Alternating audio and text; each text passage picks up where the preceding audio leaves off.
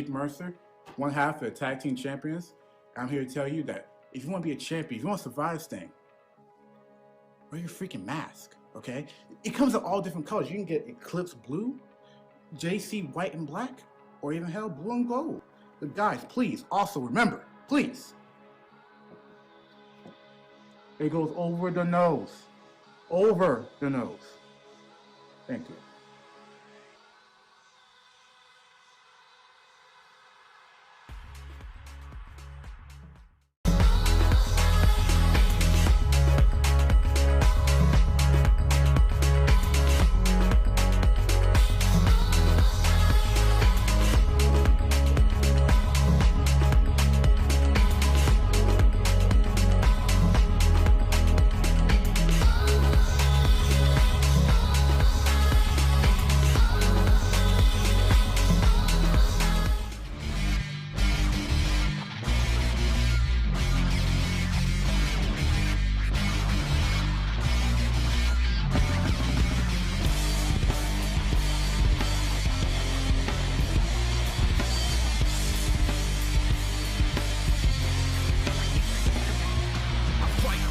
For a foot, for an inch, yeah, I fight for you all. It's the truth and I'm in, yeah, I fight for referee breath.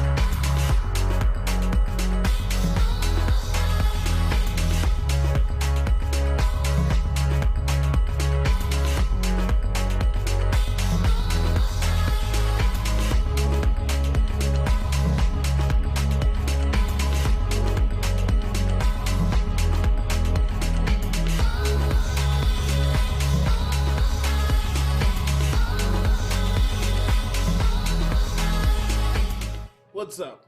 It's the Gigabyte Grizzly Brohemian, and this is a messed up time we live in, so I need you all to do me a favor. Wear your mask. Like this, not like this, or like this, or like this, like this. Wear your mask. It's for your safety and mine. Because if I see you without one, I'm gonna pump kick a mask onto your face. Got it?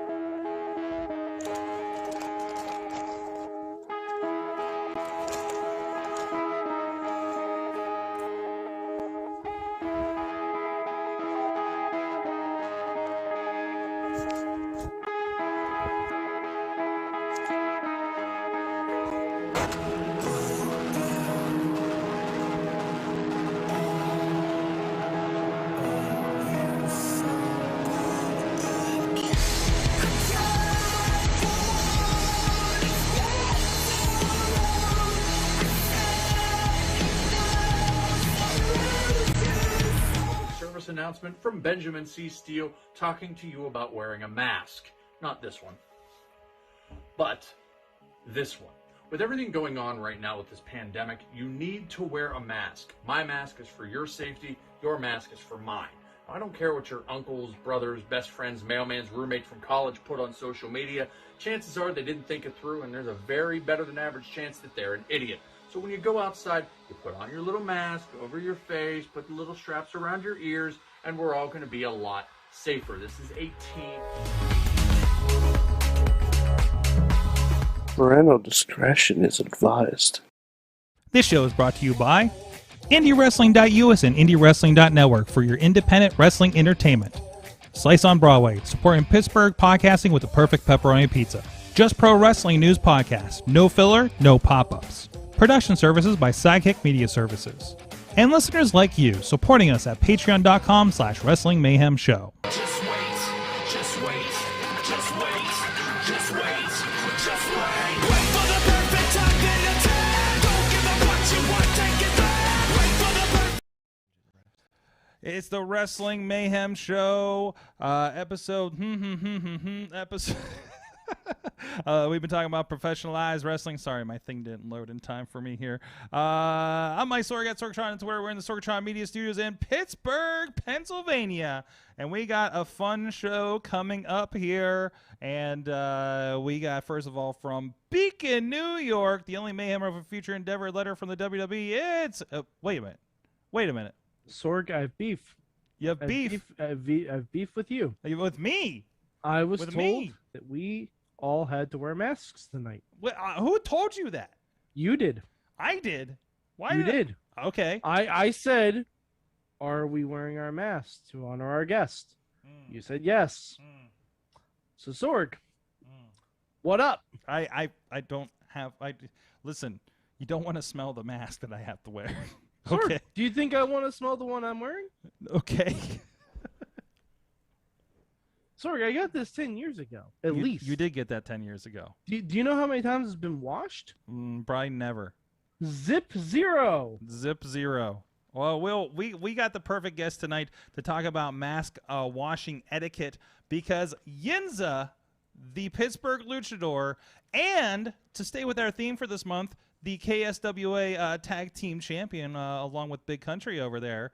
I will not give points for other friend of the show, Brohemoth, losing it to you.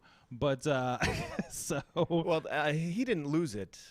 Me and Big Country, we won it. I got you. So there is a difference. But thank you for having me on the show. First time on the show. Yes, Yinza. Yes, it's about time you got me on this show. It had to get me getting some gold over my shoulder to book me on the show, I guess, Sorg, huh? Yes. I recently contacted somebody else to be on the show, and they said, well, that seems about right. We're here every 2 years, and we have championship belts when we do. And I'm just like, does it work out that way? They're like, yeah. I'm like, wow. Hey, did not do that on purpose. That's all right. So there you go. If this is perks of the job. If I could come along and show off this nice KSWA tag team title, I'll do it. This is your championship media tour, right?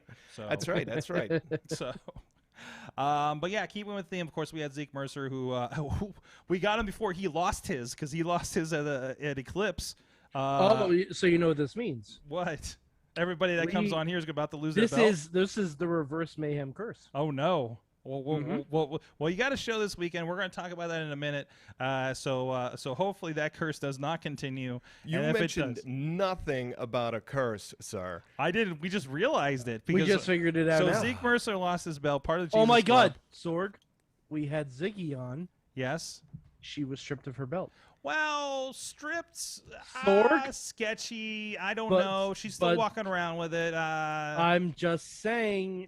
I mean, so I'm gonna have to be the curse buster here. Close. Yeah, you're the curse buster. I'll be the curse buster because I'm gonna do all I can at Brawl on Saturday. I'm gonna hold this for later. We're gonna get to know you a little bit here later in the show. In the meantime, everybody, please, I hope you're getting another Wrestling Mayhem show. Check out everything at WrestlingMayhemShow.com, and of course, hit us up at that email address. Good times. Good times at WrestlingMayhemShow.com or 412-206-WMS0. Tweet us at Mayhem Show and check out the Wrestling Mayhem Show Facebook page and group. A lot of great discussion and stories happening throughout the week on the Facebook group. And also, you can join us live every Tuesday at 9 p.m. Eastern right here on Facebook Live, as well as the Wrestling Mayhem Show YouTube page and over on the Sorgatron Media Twitch page, whatever is easiest for you to watch us and check us out. And also, we are live on Mondays shortly after Raw around about 11 p.m. Eastern time for the Monday Mayhem Warriors. Another thing where we actually talk more wrestling, and then like things like Black Widow. It's our Monday night. It depends. It's our Monday night therapy session. It depends on what's going on, but It depends on how better. good Raw is. To Yeah, be but perfectly honest. Or how much I enjoyed Elevation. So to be completely honest. And of course, please subscribe to the show, the Wrestling Mayhem Show, on all your podcast providers. Or you can sign up for the Wrestling Mayhem Show Super Feed, which has the Indie Mayhem Show, which features Sam Beal from Impact Wrestling last Friday release, as well as that Monday Mayhem Warriors show as well. So you can prep for this show for that. But that's the serious wrestling show on Mondays. This is the Tuesday night pizza party. Sorg. There is pizza. Sorg, what about this show makes it not serious? I don't know. A lot of visuals this year, this week, guys. Sorry, audio listeners. So. Oh no, I'm not sorry. Like Matt said last night, get your head out of your ass and join the live feed. Wow. Hey, you know what? Don't show. We live in a different world than we did 16 years ago when we started this however show. long we did this podcast. Something like that. But we do have plenty of you guys supporting the show at patreon.com/WrestlingMayhemShow. Our friends at the fan show level, Bo Diggity! That's one way to do it. As well as Ed Burke, Team Hammerfist, and at the Poppy Club level, Dave Ponder and OccupyProWrestling.com. At the Pizza Club, Doc Remedy, Kyle Turner, the Riz of Riz Plays Games, and Bobby UFJ Town. And at the $20 manager level, friends Bradley Brothers and Tina Keys. Thank you guys so much for supporting the show. Patreon.com/Wrestling Mayhem Show. And we have a lot of extra clips there. I think we had 2 extra clips with Zeke Mercer last week. So go tune in there and check it out. So before I lose my voice, because I can feel it going right now, I think we are contractually obligated to preview the WWE pay-per-view for this weekend. Is that right, Mike? Well, I mean, we're going to get a live crowd. We're going to get a live crowd again. I mean, okay. And it's Money in the Bank. You know, like, honestly, it kind of seemed like we're setting up to build the product back up because there's going to be actual people responding to it, and if they see some of the Raws that we saw during the pandemic era, it's not going to work out well for them. I am, man, when we go to the live crowds, like, okay, we've had the live crowds come back for NXT, AEW, now Ring of Honor, Impact Wrestling's coming back Saturday. Hey, there's a Slammiversary pay-per-view. Maybe we should touch base on that as well. I'll bring up the card. There you go. So double pay-per-view situation. And if you're not down with Impact Wrestling, I will give a shout out for our friends Warrior Wrestling. That's got a fantastic card, including Lady Frost and Kylie Ray. I mean, that's gonna be fun. Yeah, go. So a lot of options this week, a lot of wrestle options this weekend as well. Getting into the Money in the Bank, Mike, I don't even know what's going on. I haven't watched. Oh, I just can't. I'm just done with the Thunderdome era. I've just been watching AEW and anything else. What? What I say? Your Dunderdome. The Dunderdome. The Dunderdome is we're Dunderdome. We're done with the yes. We're done. We're done with the Thunder done. Thunder done. Yes. Thunder done. So I got nothing for the build because I just can't. I just can't, man. Well, honestly, do you know the title matches, Sorg? Oh yes, because I have it right in front of me. Oh, all right, fine. Just fucking go then.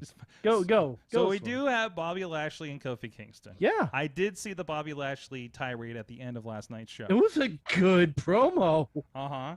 It was a very good promo. So Taryn Abarta MVP, the honeymoon era is done there. Also, MVP. I thought he was going to beat the shit out of MVP, if I'm perfectly honest. Did you throw the chair into the Thunderdome? Is that what happened? Or did you just throw it generally? He destroyed the VIP lounge. He destroyed the VIP lounge. I would have loved if he destroyed some of those screens since it's the last night of the Thunderdome. Yeah, if that's the last right? No, those are loners. You should have pulled something down in the middle and just have the whole thing collapse. Yeah, kind of like the We're done with implosion of the this. Pittsburgh Civic Arena on itself at the end of sudden death. Right. Either that or like every time you knew SmackDown was getting a new set, when the old one would get destroyed, like Rhino goring Jericho through it or something. Yes. Yeah. Did we ever get did somebody tear the fist off the set or anything like that? When that happened. But I just felt like it was such a. Not seeing the rest of the show, but it just seems like the Thunderdome goes out with a whimper, a little bit.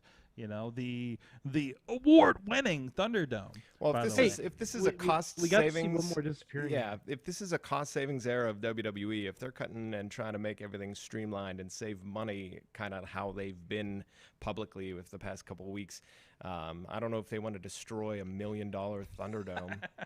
Yeah, because I think a lot of that was rented. And I was not going to purchased. say it's all rentals, right? Yeah. So Yeah, I think they went to Hulk Hogan's Rent-A-Center, brother. Right down the road. So right down the road in Clearwater, I'm sure. But they're still at the university, right? Central Florida University. Well, not anymore. Now they're done. Well, I mean, they had been. They were for at this the last Yingling stint. Center, yeah. Yingling Center. Well, really, it's the Yingling Center. Okay. Yep. So I think I ran into students from that school. I should have asked them how the Thunderdome, how weird that is. But that was the same with Ring of Honor. Was at the University of Maryland, Baltimore, right? Like for their the bubble at least, and then Sure. and then they had the first. I don't know. They had the first show here. Where's Matt Carlins to confirm this for me? But no, I do. I think he's on Just for Wrestling News. That's right. Just WrestlingNews.com. He's getting the episode ready for tonight. Now that it's all done, though, we could take a look back and think, did the Thunderdome actually bring that much more production value to the shows? Because I kind of dug NXT's setup more. Yes. Like the smaller, more intimate, even if you had 2 rows of people in the back, even if they were trainees, like you still got that. Like it was Raw Underground better than Raw Underground. Yeah, wow, that's absolutely what happened. So like the Thunderdome era was fun, I guess, maybe for the people performing and being able to wrestle in front of fans, even if they're on screens, and it gave it more grandiose of a size difference. But I don't know if it necessarily translated to better TV because we knew the sound was piped in anyway. Yeah. So.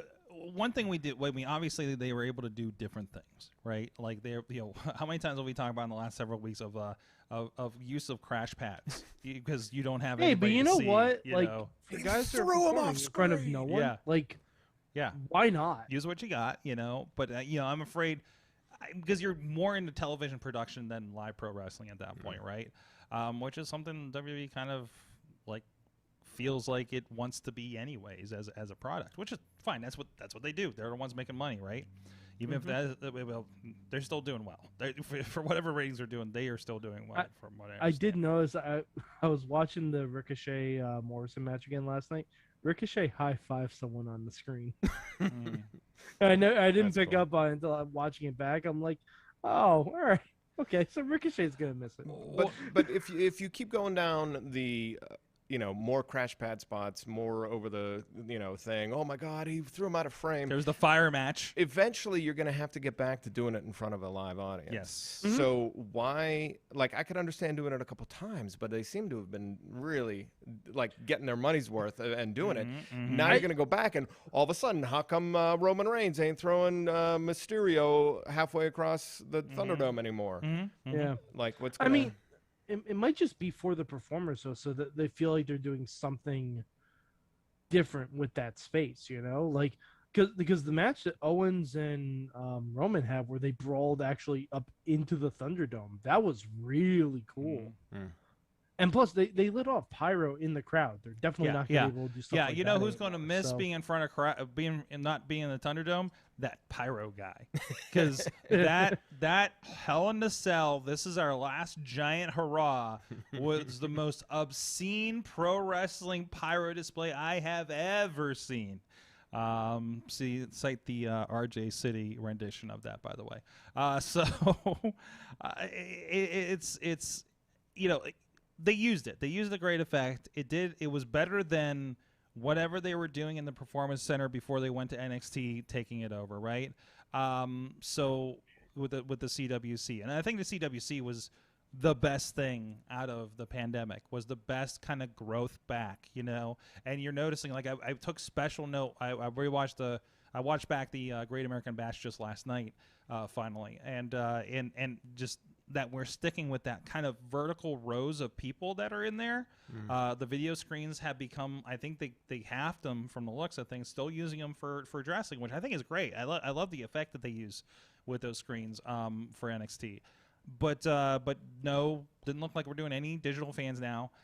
So they were able to step back, and it's so weird to me that NXT has stepped back into fans when main WWE hasn't even been like I don't entirely understand why they didn't reconfigure the Thunderdome, push back the screens, put a couple rows of fans, and do that. I don't know if it's maybe all or nothing.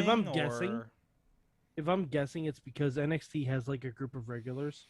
Yeah, I think I think the regulars like from is the Full Sail crowd, right? So you have a pool of people. Mm-hmm. So, or are they afraid that's going to stretch too thin if they start putting them on? Because you got to think. That's because then you run into the Impact Zone issue. Yeah, you're doing 3 shows a week, tapings, shows, live, whatever, and there's only so many wrestling fans in Orlando that could probably hop into that. And here in the process, from when they did the pay-per-view, where fans were like, there was no food at the venue, and fans had to be stuck on a bus and had to get run through testing and everything before they came in, because it's a closed set. They're treating it like a closed set situation. Which one was that for Bash? Like, I think it was the In Your House, because they were like, the fans are really quiet for this, and they're like, yeah, because here's what happened. We met at Full Sail at 5. Waited for a bus. They took us to the CDC. And I don't know if it's just a testing center. I don't know if it was actually the CDC.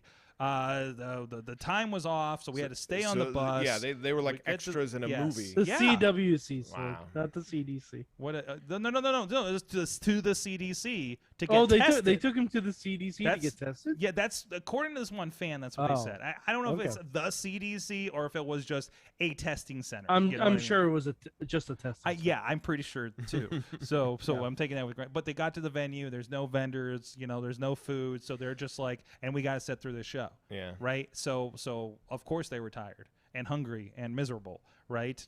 Just like the movie said I was on that one time. That's See, WWE should I went to go see Dave Chappelle a couple weeks ago, and we had to get COVID tested for it. He had the COVID testing happen in a parking garage that was right on site there, and he had that DJ'd. Oh, there you go. That's what you do. So we all got rapid tested, and then we all got wristbands saying we were rapid tested, and then we got in the show. It's a logistics thing, right? Somebody's not thinking about it because they don't do it on a regular basis. They're not thinking about the people. It's just like, hey, you're gonna stand in that line at Cedar Point, and they have like TVs or a DJ or something there, right? I think Disney's really good about that experience while you're in line, right, Mike? Something like that. That's So what are you doing for that? Especially if you want these people to be hyped and energized for your show because of what it is, instead of just corralling them in here to do this thing, which is really what they did at Full Sail. But but everybody was excited about the show enough that it didn't matter. Yeah. Right. But there was food. There was this thing. There was access. It wasn't like. It wasn't this crazy lockdown thing like they have to do now. So if this Sunday marks the end of the Thunderdome era, or the start of the new technically one. Friday is the first kickoff. SmackDown's live. Oh, okay, SmackDown, and so has WWE missed any shows or any tapings in the entire 15 months, 16 months, or whatever? So no, but they definitely leaned heavily early on, those first few weeks when they were just coming from the PC and there were still seats in there from when they did the NXT Fan Appreciation Week, because they weren't supposed to be at Full Sail because there's a graduation thing that they do in March. This is why you always notice, like, wow, why are we in a strange different venue in March whenever like the shows would happen before. So they had those seats on, and around then, because they knew how they weren't ready for that, so they're just like, hey, let's show you guys this match from Royal Rumble. Yeah, no, yeah, there's a lot of that was happening early on. They filled up a lot and had a couple taped new matches. Yep. And that was decent for juggling that first month. It was a Band-Aid when you needed it. And even last year's WrestleMania was like, it was all shot separately. Right. Right. They Like it was shot when the people were there. Yeah. And they just redressed the set. They pre-taped so much of those first couple of months, but I think there was something with like the networks where I think there was a limit to how many episodes can be a pre-tape in their Yeah, contracts. like the TV deals they The had to TV have yeah, live. Yeah, So- because they showed like straight WrestleManias for a couple shows there. I think on It Fox felt or like a something. lot of, Yeah, right? yeah. Well, they didn't show WrestleManias when Raw and SmackDown were to be airing. Fox Sports won because Yeah. they Yeah, didn't have you're right. footage. Yeah. Yep. They showed full pay-per-views. Because they still needed content to put on their channels. yeah, they too. needed content, and Right. and because of WWE's relationship with Fox, they're like, hey, give us pay-per-views so we can air.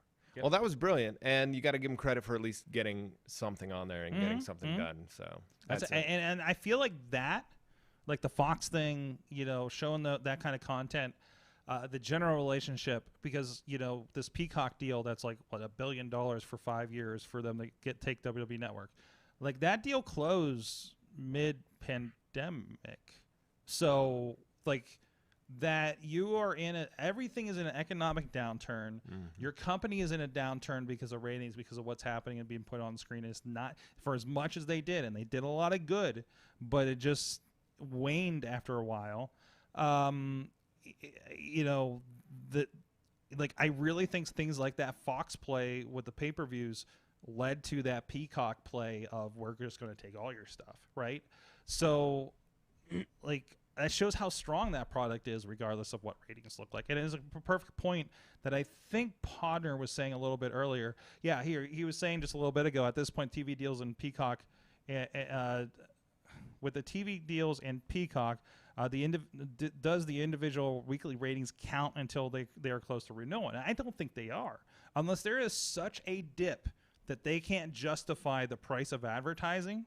Then it's a problem. When they have to make goods with Budweiser for ads because they didn't get the viewership that they were promised, because WWE's tanking that much on Monday nights or Friday nights, then there's a problem. Yeah. And the problem will probably. Yeah, I don't think we've reached that. I don't think so either.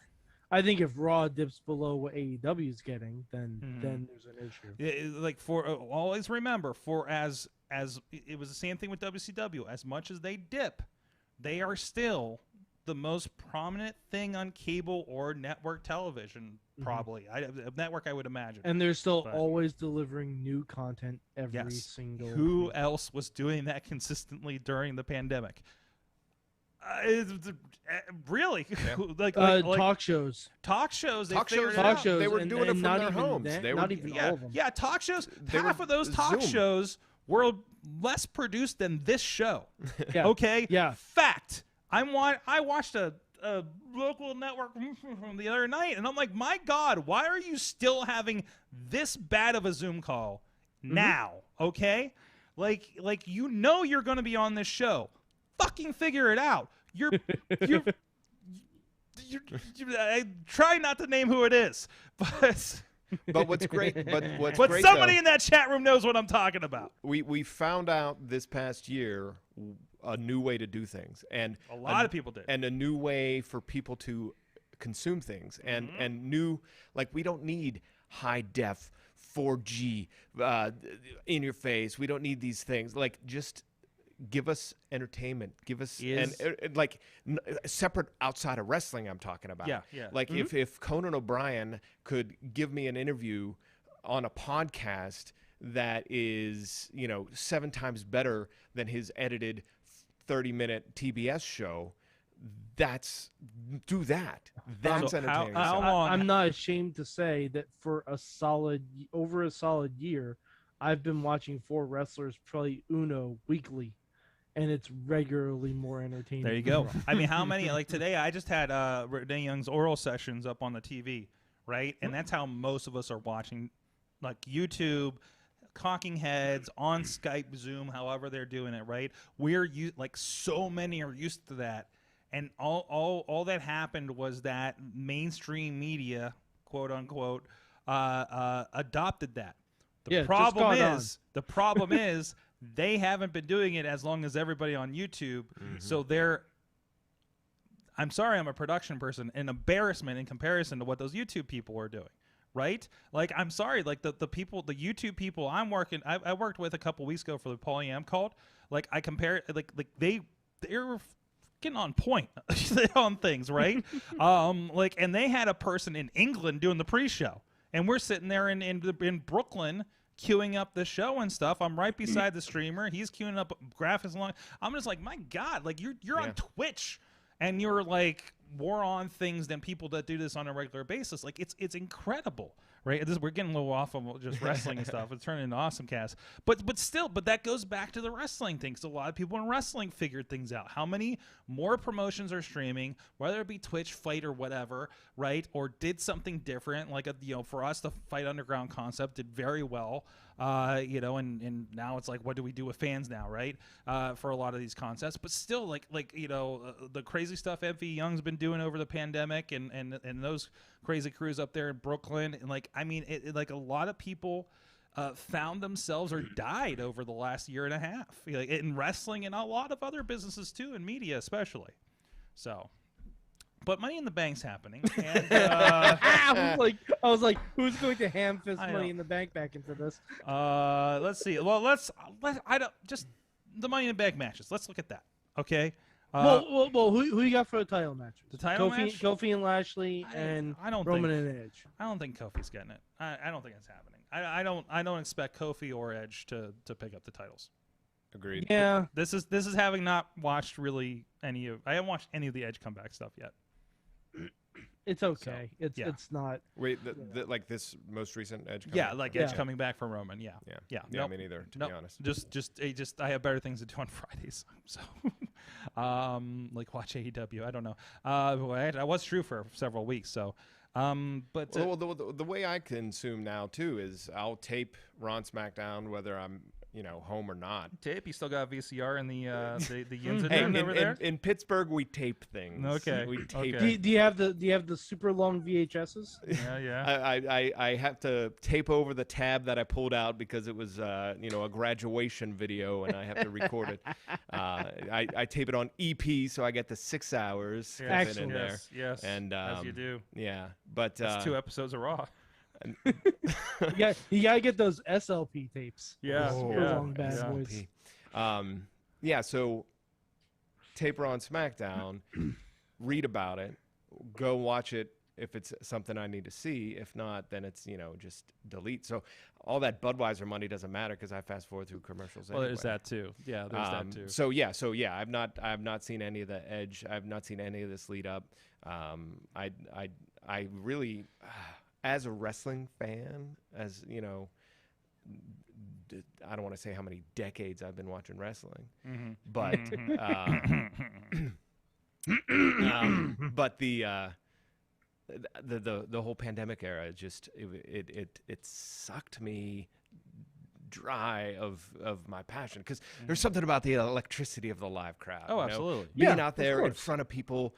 In the ring, you could feel it being in the ring, and you could see it and feel it watching, and it just wasn't the same, and it never hit the same stride. So leading up to Money in the Bank, I'm sorry, I'm not on top of it as much. I almost felt I had to watch more because the guys are in the ring. They're literally doing it for people they can't see or hear. And you hear that from the W. Those interviews I listened to Cesaro today and in Aleister Black, Tommy End. Malachi Black now, but they kind of reflected that, like how like we had to do this, and it's so hard to create. And I forget who it was. Oh, Effie was talking about how he gauges based on the reaction whether to do it bigger and louder, and if nobody was reacting because it was a closed set taping, he just continued doing it bigger and even louder. Wow. And did more ridiculous, but the internet responded, so it worked. He obviously had the opportunity to do those kinds of things. They talked about the 24-hour GCW thing they did in Philadelphia, right? For the raising money for the wrestlers themselves since there wasn't much going on. Like that kind of concept. That was an interesting philosophy for that. I don't know that WWE people have the rope to do something like that, right? To like, well, we're just going to get wilder and crazier. It's just like, yeah, but somebody doesn't like it in the back, because that's not what it's supposed to be. Fans be damned. So I don't know. So I don't know. That's some thoughts on that. So Money in the Bank. Money in the Bank. Money in the Bank. The champions are retaining, is what we're saying. Champions are retaining is what I'm saying. Who's in the men's Money in the Bank? The ladder match. I got the women's one actually queued up women, here, so let's start with that. The women's one, there is a mystery entrant. Is there? Is this not updated? What I got here? No, that's updated. It is. But there's going to be someone announced on Friday. Somebody announced on Friday, Becky Lynch, or Sasha Banks. Yeah, she's been quiet for a little bit. So we got Zelina Vega. We haven't seen Sasha since WrestleMania. Right. She's going to be especially mad that Don Cheadle stole her Emmy nomination. That's true too. But we got Zelina Vega, who just came back. Asuka, Naomi, Alexa Bliss. I'm trying to remember if she had a different name Alexa now. Bliss, Nikki Ash, Liv With Morgan, Nikki and Ash? Really? Is that her? Really? Almost the superhero sword. Oh, I see. It's better than a superhero in training. And also, I guess. I heard this on a different podcast. They may have changed Nikki's name because they're gearing up to bring Karrion Kross to the main roster. Yeah. I can't have. Yeah, notice everybody lost their last name that just came up from NXT last Friday. So, let's see. Liv Morgan. Wait, who? Shotzi and Tegan. They're both came up. solo named? Yeah. I mean, it works with Yinza, Yeah. but everybody doesn't need a solo name. Are you? I don't know. I don't know. Yeah, that's just, hey, you're coming up, you're losing the last name. Lop Shotzi it off. Blackheart? Yeah. Wait, they took. Where did you see they took away Shotzi's last name? I was aware that they, from my notice, like they were labeled as Shotzi and Tegan Where? on SmackDown on Friday. See, I might have to tune in this Am Friday I just to mistaken? see. Did I didn't think so. I watched it. Like I watched the Because clip I on mean, they YouTube. announced him as Shotzi Blackheart. They and Tegan did. Knox. Okay, maybe I'm mistaken then. All right. And then, who was the other one? Tony Storm was supposed to be on there too, but I think she kept her name, right? So I'm pretty sure Shotzi and Tegan have kept their names too. okay, I might be mistaken. Okay, Yeah, I'm checking right now. somebody, where did I get that from? Oh no, Shotzi. Tegan Knox kept her name, but Shotzi dropped the Blackheart. See, that's not a fan. Not a fan. Don't like it. At least you got to keep the tank for now. Now, and I will say this is Very soon, it's gonna be a Tankini. Yeah. Ooh. But now the countdown. This is my thing when you go to the main roster. Is the countdown. When Aleister Black lost his cool candles and Rise from the Grave entrance, you knew it was done. When Shotzi loses the tank, it's done for Shotzi. No, Shotzi won't lose that tank. She will. No way. They're- Guarantee it. Shotzi will lose the tank within the year of SmackDown. They're not going to take that city to city, and if it's not, there. Yeah, So. yeah. If they're not selling tank toys at Walmart, it's not They're happening. gonna sell tank toys at Walmart. It'll be 2 then. years until they're produced and put on the shelves. Yeah, sure, too. By the way, did you see my tweet last night, Sorg, with the Drew Yeah, I McIntyre did. motorcycle toy? Yeah, I didn't see the motorcycle on the show, but It looks exactly like it. No, It's somehow Jinder Mahal's custom motorcycle. Go figure. It looked like just like the red one that Braun destroyed the Corvette too, right? Yeah. Mm-hmm. That Same- also, conveniently enough, had a toy that looked directly like it. That relationship with Mattel is just dead on, isn't it? So Hey, can you blame them though? That's Yeah, I mean that's genius. it's smart. It's smart, and here's the here it is. No kidding. Slamming stunt action motorcycle Drew. Yeah, Drew. boy. Man, I don't see a sword or the rental that was stolen. What the fuck? What was that? Like, oh, it wasn't the real sword. It was a rental. What the? Does it go back with the Thunderdome? What is this? Jeez. I feel like it's... No, nobody's going to get this Good Omens reference I'm about to make. I'm going to move on. All right, the Money in the I've Bank. seen Good Omens. Okay, remember when they were looking for the flaming sword at the end? That's what I'm kind of thinking with the rental. Yeah. With Drew. So I mean, you could go a number of different ways with the flaming sword. I mean, we got Loki had a fucking flaming sword. He did. How about Scott Pilgrim at the end of Scott Pilgrim? Scott Saves Pilgrim. the World? Yeah. Drew McIntyre has gained the power of live fans. Yeah. All right. So Zelina Vega comes back, loses her first match the night, but gets put in the match. If she's got to be, one of the favorites to win this match, right? Zelina, she lost in 2 minutes when her first debut match back. Right, So I don't know. That's good. That's because they're pushing Liv. Like honestly, I think Liv is she's a dark horse for it. Okay. I really think so. And then whenever you keep a secret entrant to be revealed 2 days before the event, that one's got to be favored as well. Yeah. Yeah, I mean, because let's face Especially it, if it's Sasha or Becky. they immediately become the favorite in the match. I don't see a new girl rising up on this one. I don't see. It could be Toni Storm. I'm sorry. It very well could be Toni Storm. I'm being in the Money in I'm the Bank so match. down on WWE decision making right now. I just don't see them raising up somebody else out of that group. I just don't. I don't know. I'm Mr. Negative WWE. I know. I mean, you know who's not gonna win? Natalia. Yeah, Natalia's not gonna win. Was that. she put in there? Did she replace Bailey? Was Bailey in it and she had to bow out because she blew her knee? Bailey had a match against Bianca, Oh, yeah, that's right. All right. and then Carmella replaced Bailey, and that match is actually going to happen on Friday. Hmm. So Natty is essentially replacing Carmella. Okay. I knew there had to be some kind of shakeup there. All right. Tina so, says Sonya just for shits and giggles, and I'm all for Sonya Deville with Money in the Bank. Yeah. I'm all for that. That would be great. All right. I miss her. I miss her in the ring. The men's Money in the Bank. All right, there's too many people in this match. Jeez, this is a whole pay-per-view in one match. So we got Kevin Owens, Drew McIntyre with his rental sword, Riddle / Randy Orton. I don't know what's going on there. No, just Riddle. Randy didn't get in. Ricochet. Is that Matt Riddle or well, just no, Riddle? but Riddle's been pretending to be Just Riddle. Randy Orton last I saw. So Yeah, to but interesting he's doing it as a tribute to Randy because he Okay. thinks Randy's dead. oh yeah, that's right. Well, I mean, Like he's been doing all the tribute things. I'm like, he's just not on TV. He's not yeah. dead. Well, out of sight, out of mind.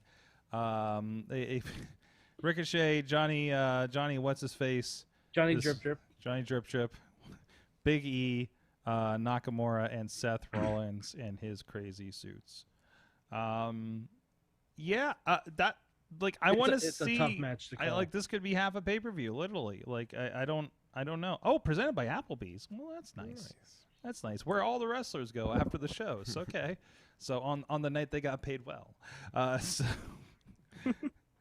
Indie Truth, right? So. I'm still full for my hot dog. Yes, exactly.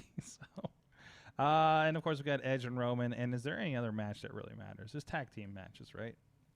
Tag match between AJ and Omos versus the Viking Raiders. Okay. And I wouldn't be surprised if we add the Usos versus the Mysterios, as long as they can get to the arena safely. We got Rhea Ripley and Charlotte Flair for the Raw Women's title. Bianca Yes. Belair is not listed on this. That's because her match got moved to Friday.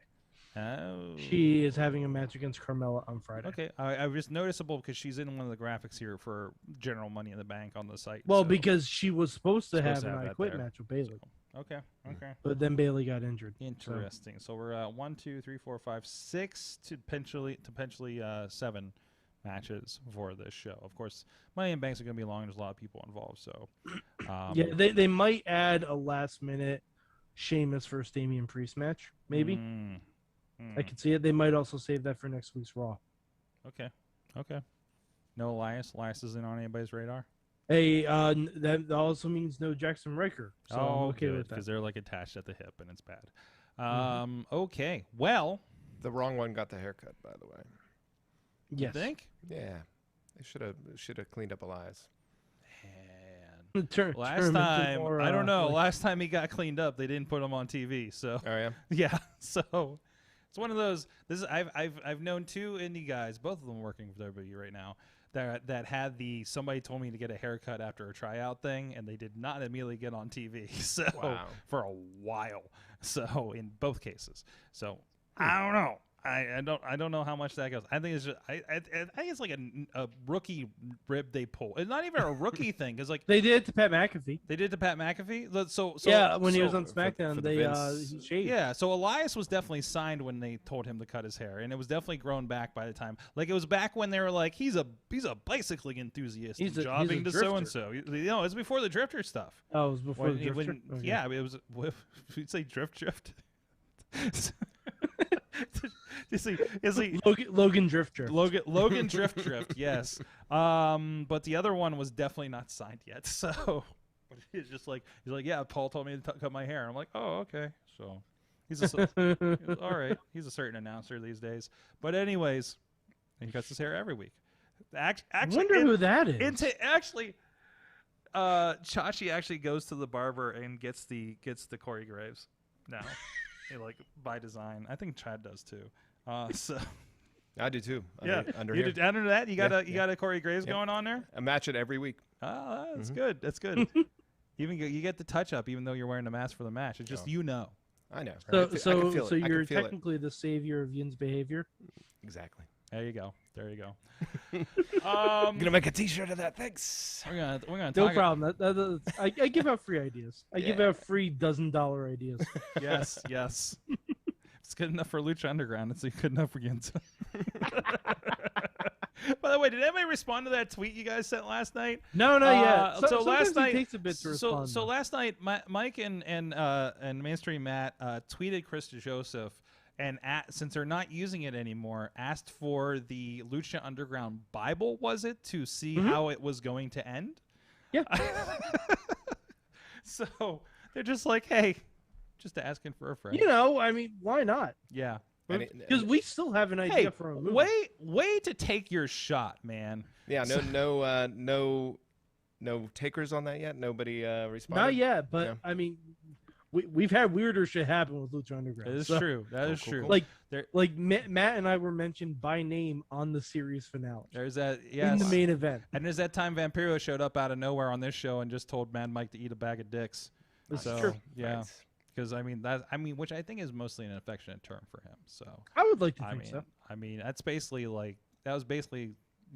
his appearance on the Twisted album. Sure. So yeah. I mean, you gotta pace yourself because if it's a big bag, that's gonna be quite a while. But it could be done. I've never seen a measurement on the bag. I'm just saying. But you know what? You can't measure all the fun you're gonna have at IndieWrestling.us. IndieWrestling.network. What? That segue. What? I was going to let you go. I know I shouldn't talk over the ad. You could start over. I apologize, but that segue was a lot of stuff going on over there. Of course, we have for the network subscribers, we've had a lot of new content coming up. Prospect Pro Wrestling has been back. Rise Wrestling is back, and you can see those shows as part of your subscription at IndieWrestling.network. Over 400 hours of content for you to check out. And, of course, check out a lot of great stuff at IndieWrestling.us. A lot of great shows that you can pick up on DVD. We got some DVDs in process right now. I'm doing them since our DVD person's out of town for a few months. So they're coming. They're coming to you.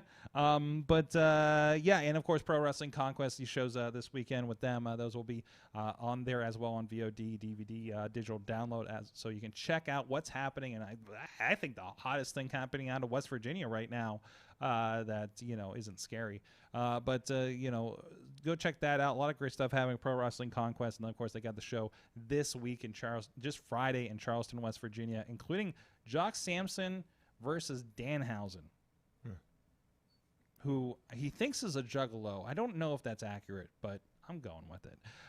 Anyways, so go check it out. IndieWrestling.us. Sign up for that. Also, over there is we're spinning back up the Indie Mayhem shows. Sam Beal, Impact Wrestling star, is and under the tutelage of the most professional wrestler, Kurt Hawkins. What is Kurt Hawkins these days? Why did I forget his name? Brian Meyer. Brian, was that what he's going by on there? Yeah, that was a different Brian Meyer. I believe that's just his name. Well, that makes it easier, doesn't it?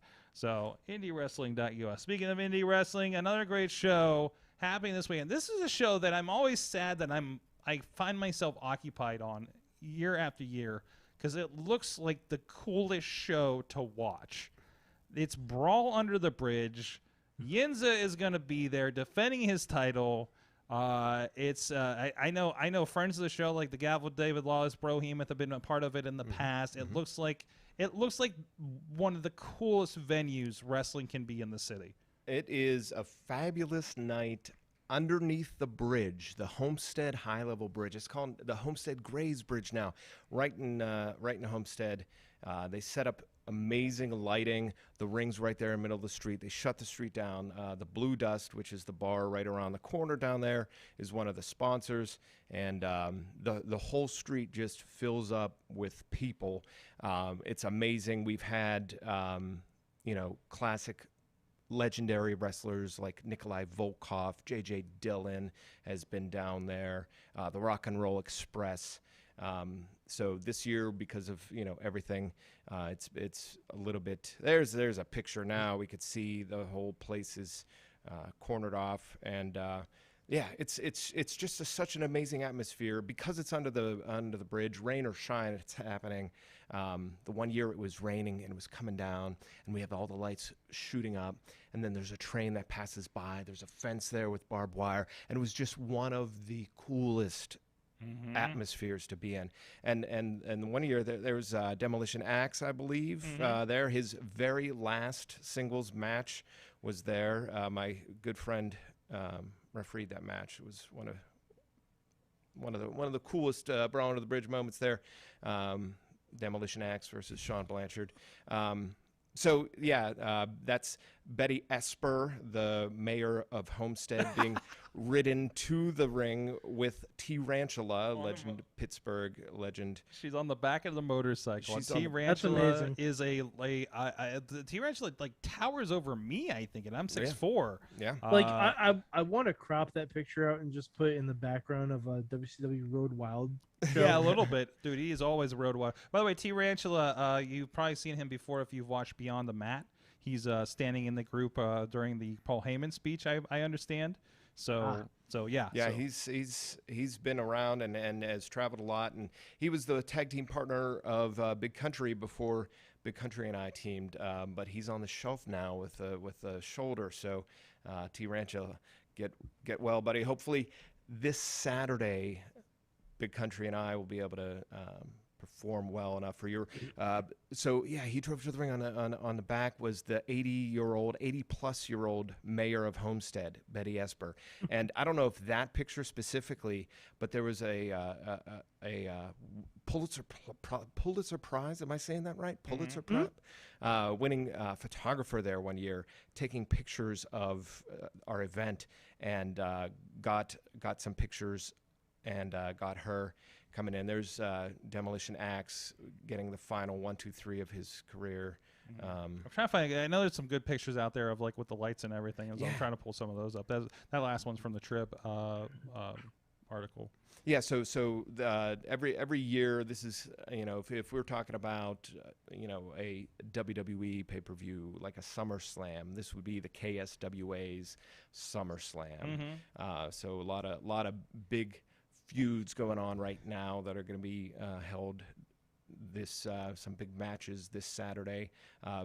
Big Country and I are defending our belts against the good guys. Sorg, do you know these guys? The good guys? They call themselves the good guys, Hunter and Obnoxious or something. I don't. We are familiar with the good guys here on this show. Did they do good? I mean, that's negligible. So good is really a scale of black and white at some point. Yeah. So we'll be crossing paths this Saturday. We got these belts off of Brohemoth, a friend of the show you mentioned, and Mitch Napier. And bro, he turned his back on Mitch after the match. He was disappointed that they lost, and they're going to face each other in a kendo stick match. Can you believe it? Oh boy, that's going to be. I'm going to get a front row seat for that one, I think. There's not a lot of like KSWA's. I don't know, the ones I've attended have been straightforward matches, like for the most part for the cards that I've seen. It's not often we do get a kendo stick match or, Yeah, or you know, yeah. some kind of stipulation like that, other than Battle Bowl, Battle which is its Bowl- own fun Battle Bowl thing. is its own thing. FanFest a couple years ago, I was in a match with Dr. Devastation Lou Martin. He calls himself the face of Pittsburgh, which Yes. always rubbed me wrong. And he and I had some beef for a couple years, and we had ourselves a strap match a couple years ago and a Okay. FanFest match. And you know that we both walked away with some welts, but I walked away with the W, so that's all that counts.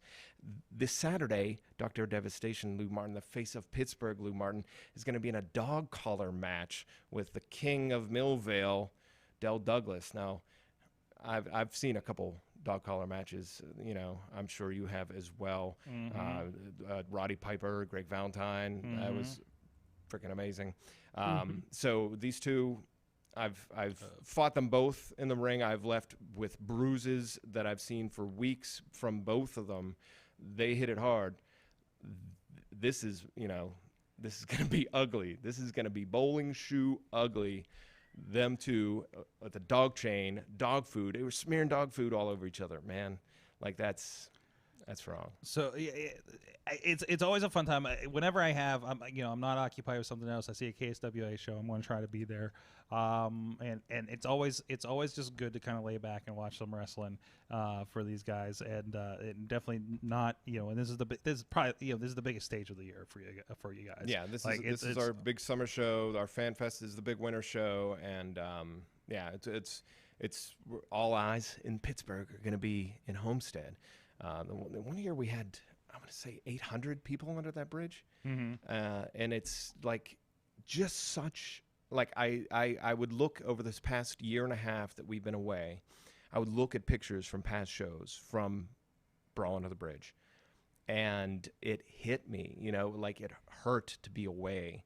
And it hurt to be, not that I would ever say I take it for granted what I get to do, but seeing myself standing on the ropes and cheering with hundreds of people, like that's emotional. And I know I'm gonna feel it on Saturday. So I hope a lot of people get to make it out. Anthony Alexander, the KSWA heavyweight champion, is going to defend his belt against Beastman. Oh yeah, Beastman. I think you guys very familiar with Beastman around here. Yeah. So he was just on here a month or two ago. Again? Yeah, I think so. Something Something like that. I don't know. It all blends together. I see him everywhere. So I'm going to see him Friday. So, awesome. So we did get a picture because we attended the Matt Light show, same place that first KSWA show was that we were talking about before the show. Yeah. And she wants to know how you enjoyed the Matt Light concert. I cannot scroll this picture down, by the way, because we will be pulled for indecency. But I did send you the picture on your message so you can see the full breadth. I can guess what the rest of the picture is. Yeah.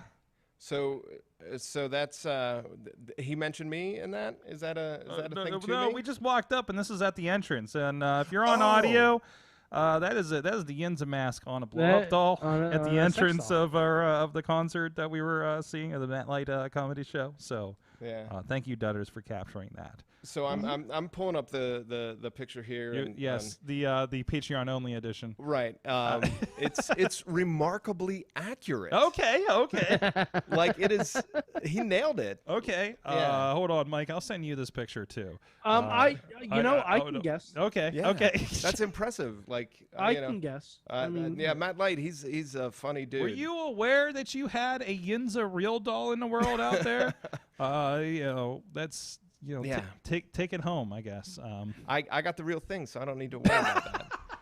There you go. So that's pretty awesome. Matt Light is funny. I love he would jump into the river after the Steelers won. Yes. And drop some elbows. Yes. Yinza likes dropping elbows too, so maybe him and I will have to go to a Steeler game this year, get drunk, and jump into a river together. Some elbows. He does need a tag team partner so he can come back on this show since we're only booking tag teams for the time being.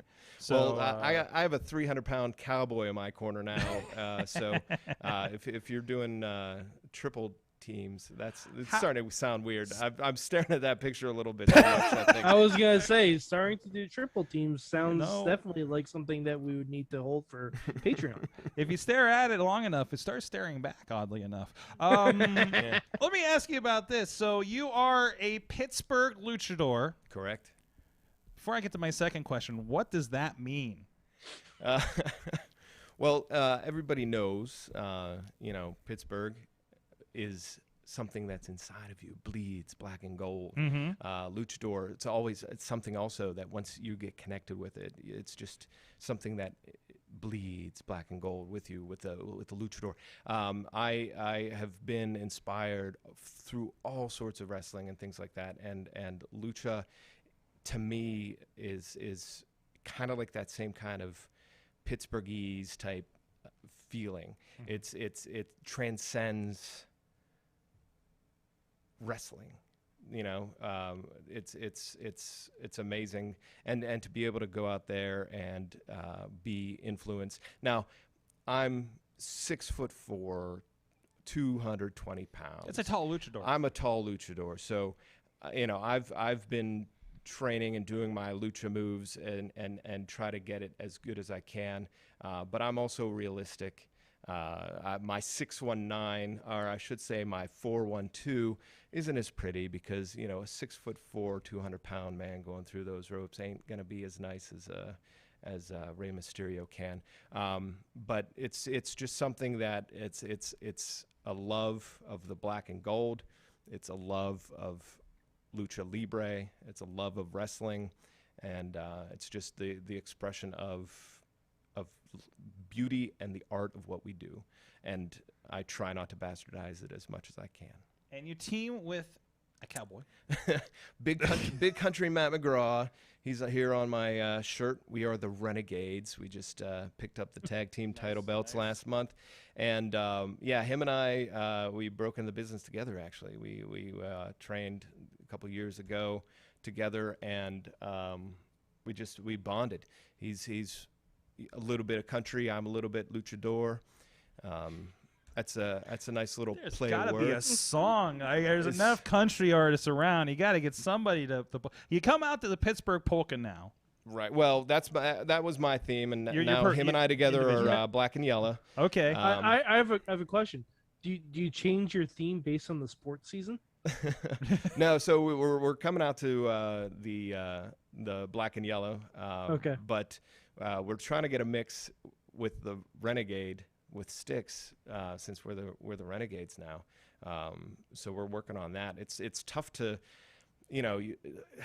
sitting in the back, your music's playing, you're ready to get pumped up, go through that curtain with a big yeah, and then the Styx intro is about 38 seconds long. So I ain't standing back there and letting the fans listen to the. I mean, you could just come out to party hard. What is? Do I know that one? What? What did I just step in? What did I just step in? Oh, Mike, go ahead. We're gonna have a discussion. Go ahead. No, I may not be from Pittsburgh, but Penguins. No, notice in the corner. Party hard. Party hard. Okay. Penguins goal song. Come on, man. All right. Okay. I mean, back-to-back Stanley Cups. That's Andrew WK. Mm-hmm. Yeah. Mm-hmm. Yeah. Didn't he force that? Didn't he force that as the Penguins goal song? Yep. Yeah. Okay. All right. Yeah. Sorry. I don't know names of things. No, it's all right. I know how to get places by what used to be on the corner. I don't know names of roads. I know how to go down the street. In the very Pittsburgh way. Yes. Yeah. I know exactly. songs about what they sound like. The first couple notes, give me a refrain. I don't know the melody of Party Hard, but I'm sure if I heard it, I would know it. Oh, you would, because it's when it's time to party, we will party hard. Okay, don't say more. We're gonna get pulled from YouTube. So a luchador and a cowboy have a hip hop song for their entrance theme. Right. Alrighty then, says Tina from Seattle. It's a Pittsburgh thing. Listen, you don't know how we do things in Pittsburgh. Yeah, She probably scoffs at French fries on sandwiches too. She does. She is from Cincinnati, so. Oh, okay. She puts chili on noodles. So what the hell? Is that what they do out there? They put chili on noodles, and you're gonna, forget it. Cincinnati. Cincinnati. Well, on that note, okay, so you got a lot of great stuff going on, got a lot of great merch and everything. Where can people follow Yinza? So you could find out information at yinzerlucha.com. You could get some great T-shirts like this one here at yinzertees.com. And, of course, everything with the KSWA to find out our event calendar. We got shows booked all through the summer outside, so come on down. That's all at kswa.net. Look at that. That's yinzerlucha.com. And then Yinzer Tees, if you would throw that up. One of my passions is graphic design and coming up with awesome, like wrestling and T-shirts go hand in hand. And there's lots of great, fun T-shirts that you could get at Yinzer Tees. Wait, what is this? I like my dinosaurs like I like my eggs dippy. Yeah, baby. That is, which one's Dippy the dinosaur? Dippy, you ever go to the Carnegie Museum of Art? Ah, yes, and you got the giant dinosaur right out front of the Carnegie Museum of Art. His name's Dippy. His name is Dippy. He's the Diplodomus diplosaur. Diplo. Yes. Yeah, they put a scarf on him every once in a while during the winter. So yeah, excellent.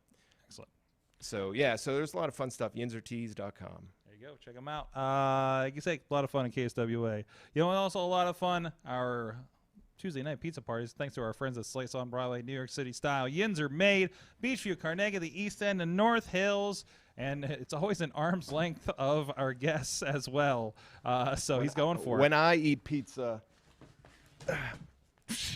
Oh, no. When I eat pizza, I eat New York style, Yinzer made, right here. Tell them where, Sorg. At Slice on Broadway, 4 locations. Slice on Broadway. Clean right down the street here in Beachview. Go check them out. Yinza the Luchador approved. You get some French fries on here. I like putting my French fries. They might have some French fries. I don't know. They got a lot of fun gourmet pizzas. I haven't checked the updated list for a little bit, so go check that out. We used to just get a bunch of pies, try out the gourmets, just have like 10 of us, and we're all checking slices and stuff like that. Apparently, we got a comment on the end, presumably the end of NXT from Tina. It says, no spoilers, but what the fuck? So, whatever's going on there. He says while he has the ad still up. So we will be taking a quick break, and we will be back right after this. We have our top 3 matches of the pandemic. And you're going to find out which ones... Because my 3 are Danny Limelight. I've already dedicated to it, and he already liked the tweet. So there we go. We'll be right back after this.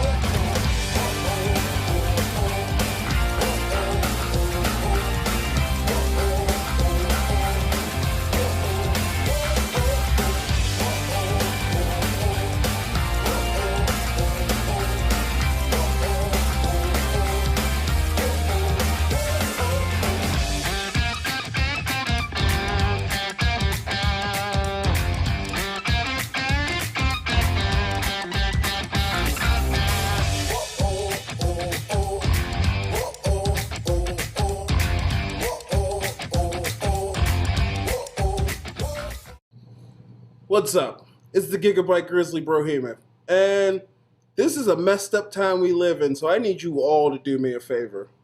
Wear your mask. Like this, not like this, or like this, or like this, like this. Wear your mask. It's for your safety and mine. Because if I see you without one, I'm going to pump kick a mask onto your face. Got it?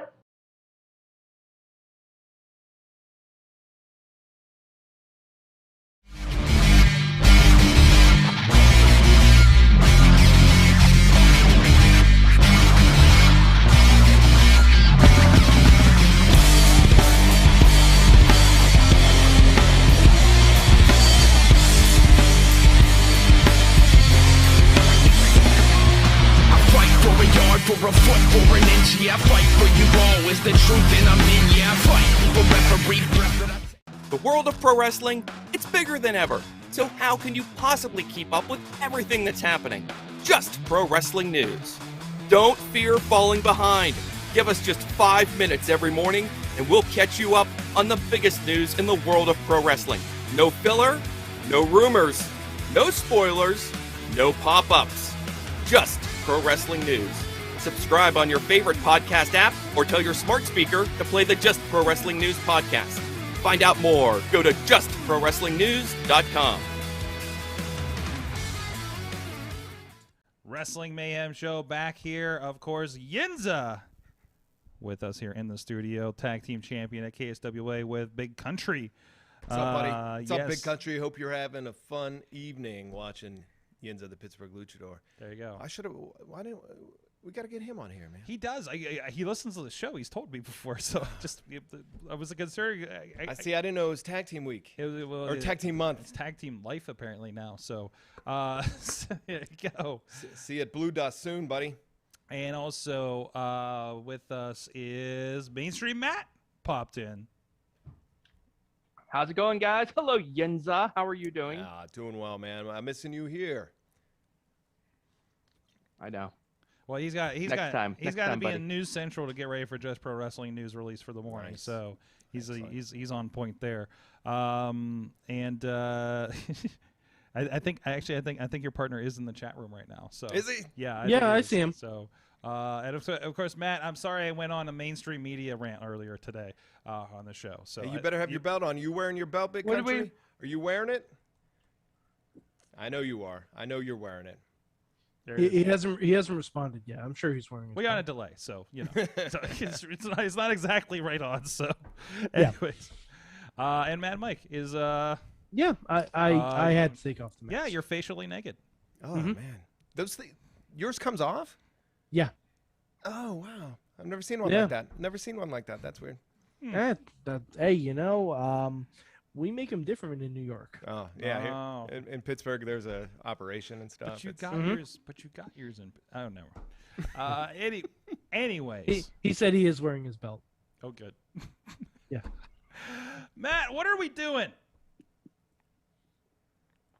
Are you here? I just got here, Sorg. What's going on? What did the Doing the mainstream homework. media do this time? It's the homework. It's the homework, and It's homework time. And I think you laid this one out here last week. No, I was one. Oh, that was Matt. Well, I did bring this up. I suggested that. Yes. All right. I suggested it would be great fun since the curtain has fallen on the era that we will lovingly refer to as the pandemic era. That perhaps we should look back and pick a handful of matches, perhaps 3 matches. That's a nice round number. Wait, Matt, you know what I just realized? What? This is the return of Remember. That does not translate well on Zoom, but it's the return. It's a return of The Remember return of When. Remember When. Oh, I think you blew out your bandwidth on that one. That's fine. So we are each choosing our 3 favorite. We did not say we're not ranking We're not saying best. best. We're saying favorite. We're saying we're ranking our 3 favorite matches of the pandemic era. If there are fans in the stands, don't even suggest it. No, I'm just. I think we can all understand what the confines are. Everything from March 2020 to last week. Yeah, basically. All right. So okay. So let's maybe we should each do one at a time. That's what I'm thinking. One at a time. I gotta do mine as a batch. I'm sorry. I gotta do mine as a batch, guys. Should I just get out of the way or leave it for the end? I'll leave it for the end. No. Do me last. We'll just do one at a time. Do me one last. at a time. We each kind of like filter it out, and that'll give the chat room a chance to chime in too. Sounds good. Okay. Yeah, I'm all asking right. the chat room right now. All right.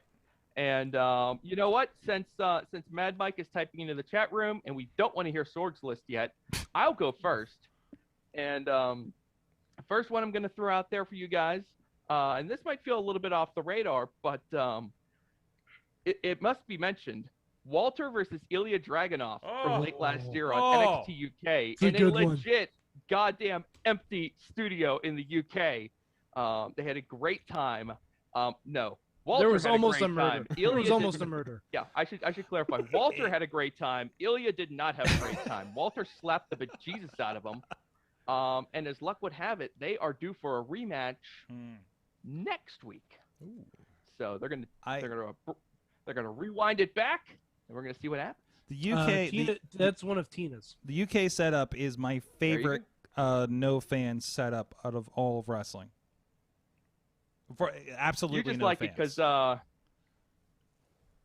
Well, because that's a legit sports studio. Yeah, it's a sports studio. That's what that sure. is. Like that's that is some honest to God studio wrestling. I think Sorg just likes it because he loves Noam Dar's talk show set. Oh, the talk show set's nice too. And there's like a weird circle mechanism out on the one side for no reason at all, but it looks cool.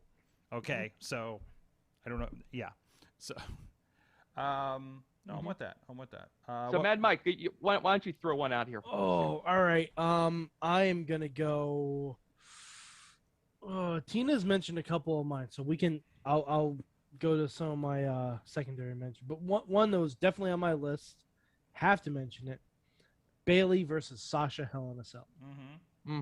Yep. Fantastic match. Just like from every match you've seen with Bailey and Sasha, like this is the true ending of the feud for now, obviously, but ending of the feud. Like it was a feud ender, and it was fantastic. It was just really, really good. So many callbacks to all their other matches and everything, and just with Bailey's long title run, like longest SmackDown Women's Champion, that was the right way to end it. It was the right way to end it. That's weird getting a Bailey match from the guy wearing the Hugger T-shirt. Excuse me, Bailey is the Thunderdome MVP. I am joking, obviously, because Yes. I love Bailey. My Yinza the Belly finisher is in her honor. Go ahead. Yinza, look behind you. Look behind you. Hey, There's a Bailey. yeah, I have one of them too. I got one of them too. Yes. And maybe one still in the box as well. I don't know. Might be a collector. Bailey is without a doubt the MVP of the Thunderdome and the pandemic era. And the Hell in a Cell match was on mine, so I'm going to have to scramble and find an extra third. But I will echo what has already been said in terms of European flavor. One of my favorite matches in the pandemic era was Drew McIntyre versus Sheamus. Now, they had a short, maybe month-long feud right when Drew McIntyre became champion, and it was one of the hardest-hitting, funnest is a word. You could look it up. It's a European word. It's a European word. It's what your mouth does when you get a couple of those uppercuts. But yeah, like their match, and I don't know. I think they had a final match at a pay-per-view, but I think one of the matches on Raw was even better. And it got to the point where Drew McIntyre just won the belt. This was one of his first feuds, defending it, and the match had me believing that he could drop this title right away. It was that good. There was parts where they were fighting out in between the fake fans with the screens and everything. It was really good. That's on mine. Good. And now I'm scrambling to find another third because There'll be overlap. Oh, don't worry. There's plenty out We there. can have agreements. That's fine. Sorg, do you have a match? I'm going to go with John Moxley versus Danny Limelight from the 9th edition of AEW Dark Elevation. I do believe this is one where Moxley premiered like a second rope paradigm shift that he didn't even use against, I think, did he have Kojima that week or something? Kenta maybe? So, yeah, that was kind of... Or Yuji Nagata. Nagata, that might be what I'm thinking. Yeah. Kojima was on Impact, right? Yes. Okay. Yeah. That's what I'm getting mixed up. Sorry. I'm crossing my New Japans. So, Yuji Nagata. So that's All mine. right. Okay. Matt, I know Sorg just took one of yours, but do you have another one? Yeah, I've got one. Don't worry about me. I'm going to, well, I'm not going to take the low-hanging fruit because I see it already popping up in the chat room, but I would like to highlight Kenny Omega versus Phoenix from the beginning of the year from AEW Dynamite. I am so down with Rey Fenix. He is one of my favorite guys. He's one of the guys that makes me put down my phone and actually pay attention to the whole match. And Omega, not too bad either. He can carry his end of the thing when you got Phoenix in there with him. So they had a spectacular match. And what else would you expect? It's Rey Fenix. Open and shut case right there. There you go. Okay. All right. Yeah, because I'm seeing some of my other ones in the chat still. So I will go. Now, this may be controversial. I'm going to say the Firefly Funhouse match between Bray Wyatt and John Cena. Whoa. Yes. You're not on an island on that one. No. Yeah. It is still to this day the best storytelling I've ever seen in a wrestling match. Now, I know it's not a traditional match, and it's not supposed to be. It is Best storytelling? it's a spectacle. Like it's Flair Michaels WrestleMania 24 wasn't a better story? no, I don't think so. Okay. No, right. Sorry to interrupt. Continue. Legitimately, like, because to me it's John Cena Endgame. Like, if you've watched all the Marvel movies and you saw Endgame, there are so many in-jokes and references and little things that you get if you've paid attention to all the Marvel movies, like, religiously and rewatched them. And for people who have seen John Cena on their TVs for 10 plus years, that match encapsulates everything about the character that is John Cena and breaks it down to a structural level and just destroys it. Like, I love the fact that Cena actually disappears at the end of the match. Like, it's not like he's just lying in the ring. Like, we literally can't see him. Like, that's how much The Fiend broke down John Cena, the character. Like, it hasn't been touched. It hasn't been touched, like, storytelling wise. Like, because you can have all the callbacks and stuff you want, but, like, it's everything. And it sucks that what's happened to The Fiend since then, but, like, that almost should have been the end of The Fiend, too. It almost should have been the end of The Fiend. Like, he exercised his demons and could have become Bray Wyatt reborn again. Like, that match just had everything to it. It had, I still think about it, like, on a semi-regular basis, just because, like, how did the company that produced this also produce some of the stuff we see weekly on Raw? Yeah. Like, it's wild to me. And it shows that when pushed to a point where you have to have WrestleMania last minute in an empty arena, you can come up with some creative stuff. Well, that's a nice segue for my next pick then.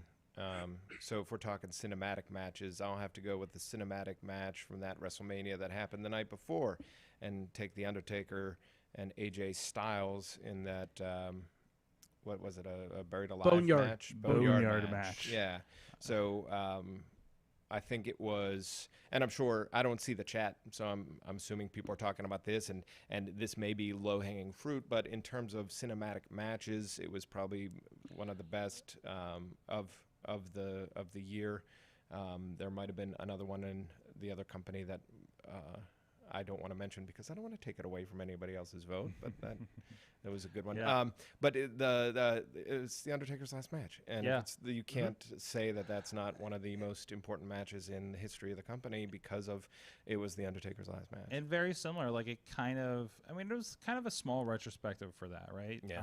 When they did it, so it was well done, and it was a good send off. Yeah, I mean. It made the Undertaker look like a badass again. Yeah, he got to go out. Really did. And you know, his other couple matches that he was disappointed with. This one was a fitting. He talked at length in that documentary about how he wanted to go out on a high note, and he did. Have you seen the interview with Austin about it? No. Highly recommend. Apparently that match was almost harder to shoot than normal matches that he's had. Because it was a long shooting day and a long shooting night, and there's no like adrenaline or anything. Yeah. And plus, I'm pretty sure someone in his family, I forget who it was, passed away like the day or two. I think it was before. his brother. Oh, his brother. His brother. That's right. Yeah. What? Yeah. Wow. Yeah. That's insane. Well, that just adds to how great that ended up coming off. And I think because I enjoyed that so much the night before, my expectations might have been too high for Bray Wyatt and Cena the next night. So I apologize for pooping on your suggestion a little bit. It's personal best, not it's personal favorite. Yeah, no, best. yeah, I know. I know. The Cena Wyatt thing is so like, I don't want to say it's love it or hate it because I didn't hate it, but there's you know, I won't argue with the group of fans who took a higher level of enjoyment out of it than I did. Yeah. It's just you know, different viewing opinions. So give us it was too much second of an match, room, and then we're gonna dive into the chat room here. All right, so my second match is from about the same week. On Dark, we had Dante Martin versus Danny Limelight. And so I really, and when I just like this was the Danny Limelight like kind of coming out party. It felt like, right? Like he had some really good matches, and you know, a high profile one with Moxley on one of the early elevations, and Dante Martin. Like the first time I saw Dante was with his brother. There was supposed to be a tag match. And I was confused because the picture had them with lucha masks on, and they came out and tore the lucha masks on. I'm like, what's going on? But they broke it down into like a 4-way match because there was somebody couldn't make the match or something, and then they broke it down to the 4-way, and it just like sold me right out the gate at a Warrior show, and then see them doing that, and of course Dante, breaking out, you know, in singles with his brother being injured for the last several months. So you know, both of these from back in April, I believe. So definitely worthwhile. Good stuff. All right, dipping into the chat room. Tina, you win the prize. Not like any of us, we're not going to ignore this one. But Tina mentions Britt Baker versus Thunder Rosa. That was on my list, but Tina already said. So I mean, obviously. A symbolic turning point in women's wrestling in AEW. A rare match where both women get more over afterwards than they did beforehand. Did not know Britt Baker was capable of that. Suspected Thunder Rosa was capable of that. But still, an incredible case of just the end result so vastly exceeding expectations that you could hardly believe what you're watching toward the end of that match. There's also a funny post-mortem to that match too. I think it was like a week or so after that match, Adam Cole got booked in a street fight, and Britt quoted the tweet and said, "Don't worry, babe, I'm a pro at these now." She's a hardcore legend now. She is. She is. I can tell you in the several years of her. Also mentioned. Oh, good. I was gonna say in the several years of her in the Pittsburgh area, I've never seen her on a match near what she's been pulling in those kinds of matches. There are a lot of stuff she's done in the last year, so she really. I think she really grew into and obviously found herself as a character and everything, and like up and down. It's great. Good. Yeah. For people in Western Pennsylvania who have watched a large majority of Britt Baker's rise in independent professional wrestling. I don't think there were many of us who watched her during those early days who thought this was coming. But you know what? That just makes it that much more amazing that she pulled that off. So way to go. Tina's next match she throws out is the SmackDown Tag Team Ladder match. I think she's referring to the one from WrestleMania last year. Yeah, it was a triple threat. Tag teams. Yeah, it was the triple threat. And this is the one where Kofi, we were all like in shock because Kofi was like doing crazy stuff for literally nobody. Yeah. Mm-hmm. They were all doing crazy shit. Yeah, they were all doing crazy shit in that, because that was the match that like just got like Miz was sick, so he wasn't in it. So it was Morrison, Kofi, and Uso. One of the Usos. I want to say Jay. Yeah. I think it was Jay, but I'll double check right now. But yeah, I remember that match. Just like, we're like, where the hell did this come from?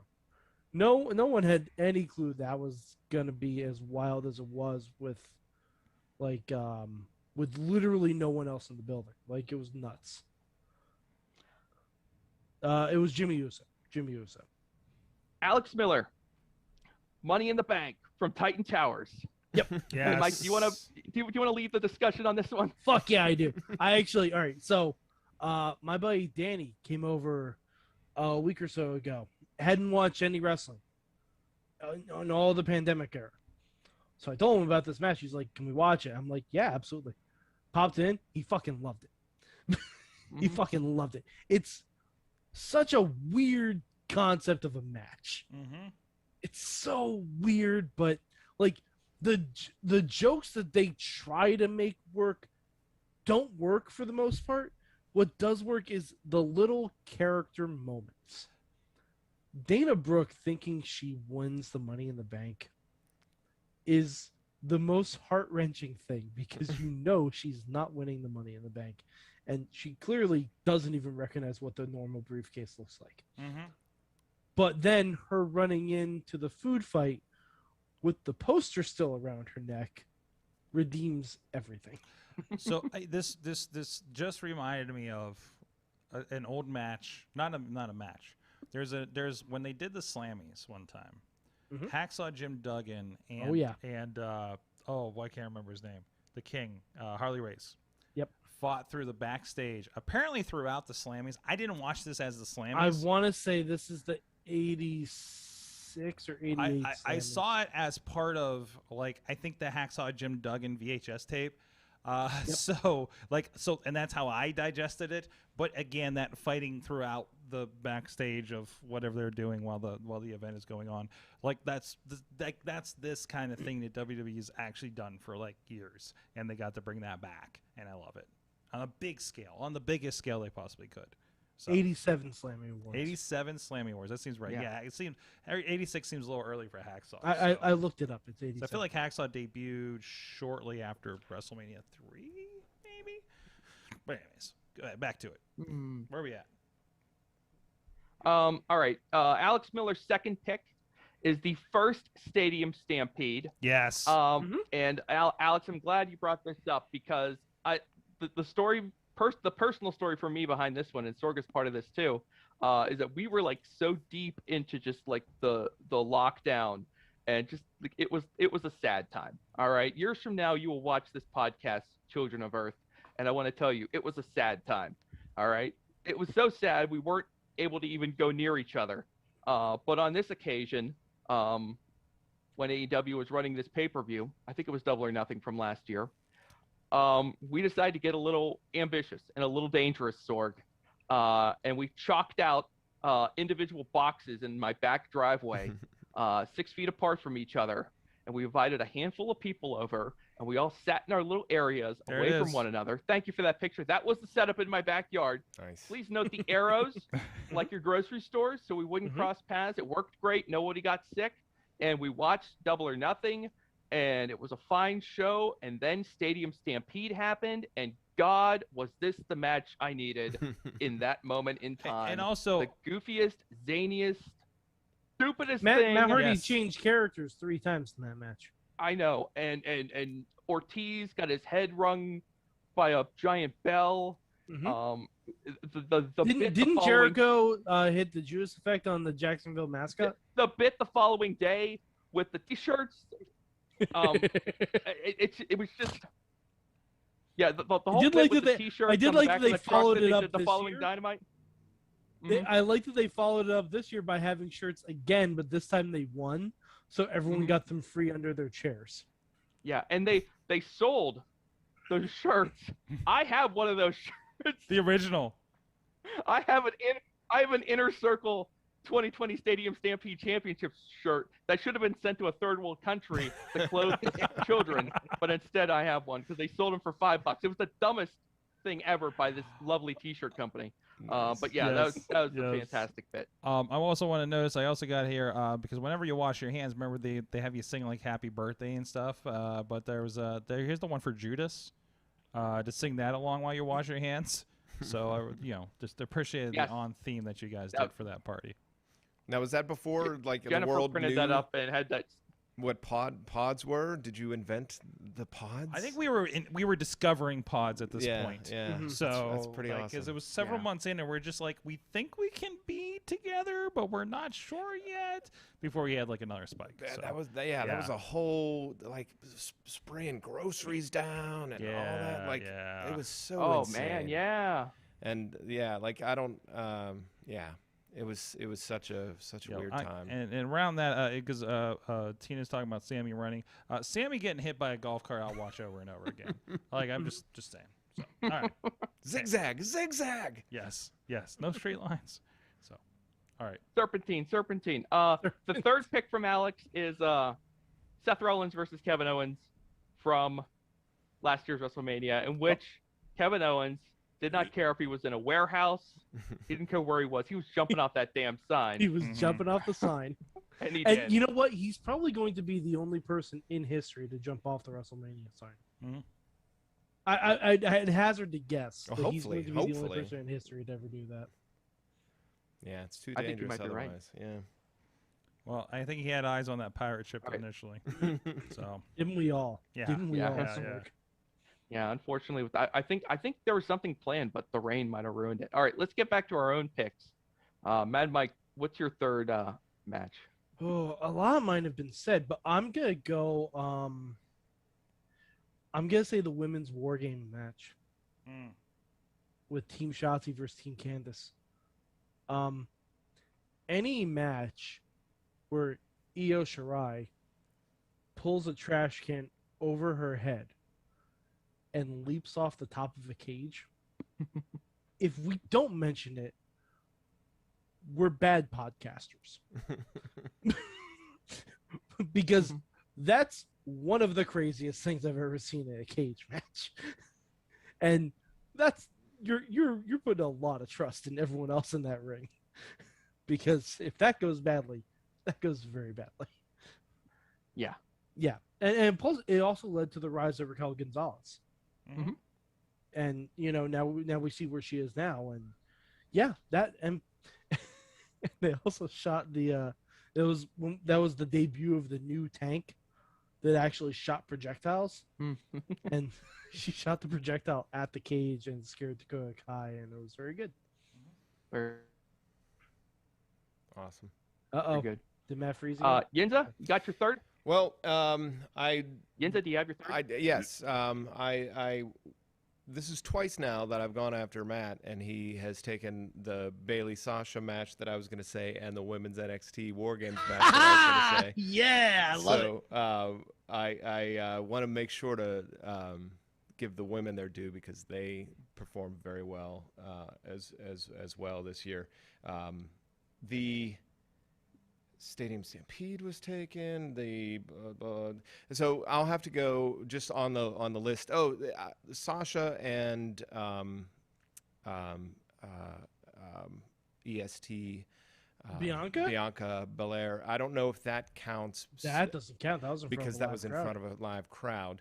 But it's still within this calendar year. Yeah. That's why I wasn't going to mention it. But that, of course, that whole first night of WrestleMania was amazing because it was in front of a nice crowd. Yeah. But I'll go. The other cinematic match that was fun to see was Sting's match in the AEW.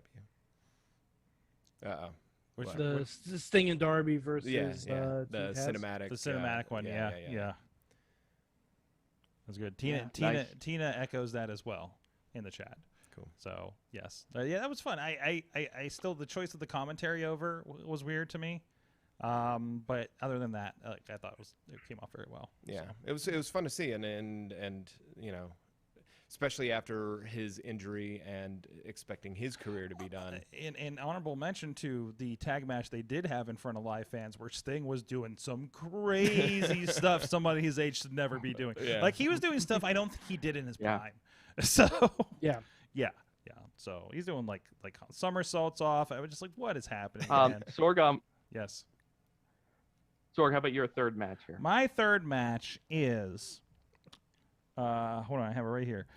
Ice Williams versus Danny Limelight for the FSW No Limits title in Las Vegas. It was on pay-per-view. I happened to be there for that one.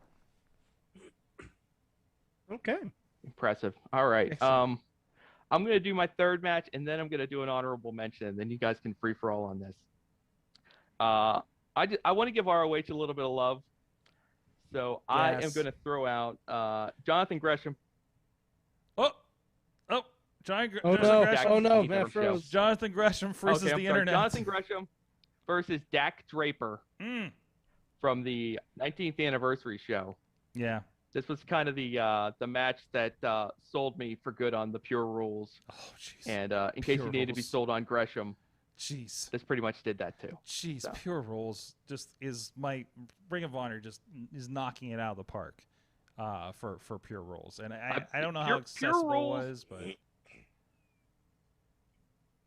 Pure Rules in the right hands is brilliant. Yes. So if you got the right minds in there, you're in great shape. Even on the pay-per-view this past weekend, where he gets the pin on Gresham, but his leg was underneath, and it was his last rope break. So if he had a rope break before that, it would have counted as a pin. Like, that kind of stuff they're doing with that is just wild, and it's wrestling. They booking always is fun find again. a twist. Yes. So yeah. It's great. It's all right. great. I'm sorry I keep breaking up. Oh yeah. We're definitely getting a little bit of delay with you. So tell your kids to stop playing PlayStation up there. They're all asleep. I don't know what the hell's going on up there. Tell Jen to stop watching Kenny Omega matches. Maybe. All right. I wanted to get this honorable mention in because I didn't even think about it until just actually during our conversation. But I want to mention a match from the Brody Lee Tribute Show. Hangman and Silver and Reynolds versus MJF and Santana and Ortiz. Beyond cathartic, emotional, feel-good wrestling match. -1 brains MJF with a kendo stick. It's all good. It's all good. Yeah. And I love it. Happy endings in wrestling. Gotta love it. So that's definitely one that sticks out. Also, I think Tina mentioned earlier before the dog collar match between Brody and Cody, which was brutal. I got two honorable mentions. One, the parking lot brawl between Santana Ortiz and Best Friends was fantastic. And as far as an indie match to check out, like one of the favorite things that I filmed during this time, close set was seeing Zeke Mercer and Stevie LaBelle do a kind of a mostly shoot match because both of them have martial arts and wrestling backgrounds. So they just kind of went at it for a bit, and it's part of the 2PW training sessions from last summer that we did. Was pretty fantastic. So just off the top of my head, but yeah. Alex Miller mentioned I can't get enough of this match. Jay versus Mark Briscoe, fight on the farm. I loved it too, Alex. I won't lie. Wow. Close contest between who's the better special guest referee, Papa Briscoe or Samoa Joe right now. We're figure that out. Tina also mentioned Jordan Grace versus Jazz from Impact. Mm-hmm. And Tony Deppen versus Trish Adora, 60-minute Iron Man if you want to go the indie route. There you go. Yeah, I've heard a lot of good things about that one. Hopefully people get to check that one out. I think we're anybody. Yinza? Anything else? No, I'm tapping out. I'm good. All right, we're tapping out. All right, so that's all the good amazing wrestling things, that happened during the pandemic era. right. Please remember these matches because by the end of the year, these will all be forgotten. Yes, they will.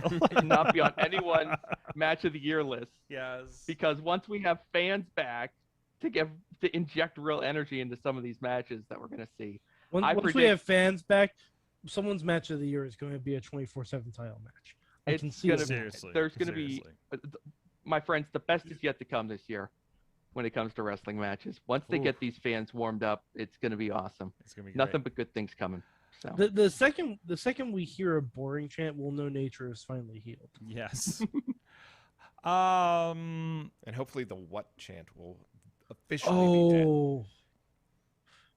You just willed it back into existence. Nah, I don't have that kind of power. I think I really think I think the unknown quantity is going to be WWE fans coming up here. I don't know. I just feel like I forgot. I had one more on my honorable mention. Okay, real quick. Walter versus Ciampa. Yes. Oh boy. Oh boy. Yes. Yeah. Guys, what'd you learn from wrestling this week? And rapid fire, please, because we're running out of recording on this recorder right now. So. I'll start. I had a match this past Saturday at MJ Steel City Saloon where we set up the ring on a volleyball court, and I learned that sand and wrestling is a great exfoliant.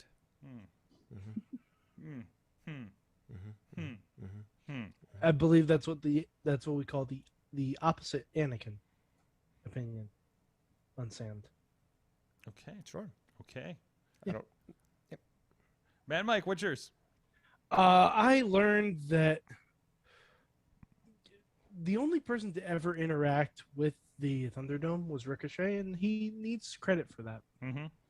High-fiving a fan in the Thunderdome that doesn't realize they're being high-fived is peak 2020. Like, I don't know how we reached peak 2020 in 2021, but we did it. Mm-hmm. We did it, guys. We did it. Mm-hmm. Excellent. Sorgi? I learned how much I love the pure wrestling rules that we just talked about with Gresham in that match. It was fantastic, absolutely fantastic. Yeah, that's what I learned. Good show, by the way. But if you get a chance, watch that pay-per-view. We had to get a new password because of stuff going on, but for the internal. But yeah, well, things went sideways. That's a shame. That's a shame. Sorg, I learned that the legacy of Rick Rude is alive and well. Oh, jeez, yes. Shout out to Kelsey Heather. 2 shows, 1 night. She wrestled a match on Elevation, and she was one of Lashley's ladies on Raw. And so, good job. And we didn't mention passing of Mr. Wonderful. Passing of Mr. Wonderful and passing of friend of the show, Trevor O's. We had him on talking about wrestling for breakfast, I believe it was, and he was a big part of working with the BDW crew down in West Virginia, Rise Wrestling, and things like that. So I know a lot of our friends have been mourning his passing today. So I want to give some good vibes out to you guys, dealing with that too. So I know he was a friendly face we saw at a lot of the wrestling shows over the years, and I know he was a big supporter of what we're doing here on Wrestling Mayhem show.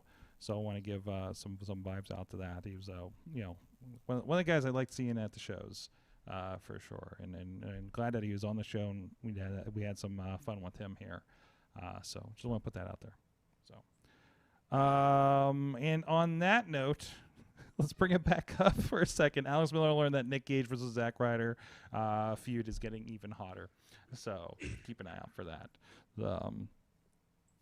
I also learned I'm bored with EC3. Talked about that a little bit. I don't know where I was talking with somebody about last night. Maybe. Sorg, how dare you? It's not. I saw him in person and seeing his stuff at Ring of Honor, and it's not clicking for me. Sorg, that's probably Ring of Honor's fault. I know. No, in person, it didn't. He was in a 3-way match with Alex Hammerstone and, I think it was one of the Samoan guys.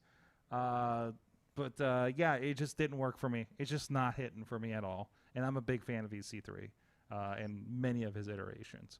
So that's where I'm at with that. Man, that brought it back down again. But damn, bring it back up, Yinza. Where can people check you out? Brawl Under the Bridge this Saturday night. Saturday, Pittsburgh. Homestead of Pittsburgh, Pennsylvania. It'll be the KSWA Tag Team Champions, the Renegades, Yinza and Big Country versus the Good Guys, and it'll be a good time. The Good Guys or Good Guys. Guys, I'll do it like this. You're doing the quote, air quotes? I'll do the air quotes. But anyways, wait, where was it? Mad Mike 483 on the Twitter. Yeah, I talk about things and stuff and and things. And of course, Mainstream Matt of JustProWrestlingNews.com. 5 minutes or less every morning, we'll catch you up on what's happening in the world of pro wrestling, so you don't have to watch the shows. I will be ringside camera hanging out for Pro Wrestling Conquest in Charleston, West Virginia. It's going to be a lot of friends of the show are going to be a part of that. It's going to be that's a wrestle party down there. They do it crazy down there in West Virginia. So please, if you are in the area, want to make the trek down a couple hours, it will be worth your time. I will also be in Chicago. Chicago Heights technically with Warrior Wrestling, but you probably won't see me except my head's going to be down in the computer switching the show. But that will also be, you don't have to be in Chicago. If you're not anywhere near Pittsburgh to get to the Ball Under the Bridge, you can get the fight, get the pay-per-view for Warrior Wrestling on Fight. And there's a lot of stuff going on there. Like I said, Lady Frost will be a part of that against Kylie Ray. And just lots more. Davey Richards is going to be on that show. I think Brian Cage is on that one too, maybe. I know the Varsity Blondes will be on against Victor Benjamin, and I think his name Brian Halliday from MLW. Matt, am I getting that right? But go check it out. Always a good time. I didn't get to be there for the June show, unfortunately, because of some conflicts. But looking forward to do this one and see it in August as well. So definitely worthwhile. And I think that's all the plugs I need to put out there. Again, please go check out everything, including our Sam Beal interview we had over at Indie Mayhem Show over at IndieWrestling.us or the Wrestling Mayhem Show Super Feed. Thank you, everybody, for joining us. Thank you, Yinza, for joining us. We'll see you guys next time. Mayhem out. Just wait, just wait, just wait, just wait. Wait for the perfect time, then attack. Don't give up what you want, take it back. Wait for the perfect time, then attack. Do what you This show is a member of the Sorgatron Media Podcast Network. Find out more at sorgatronmedia.com.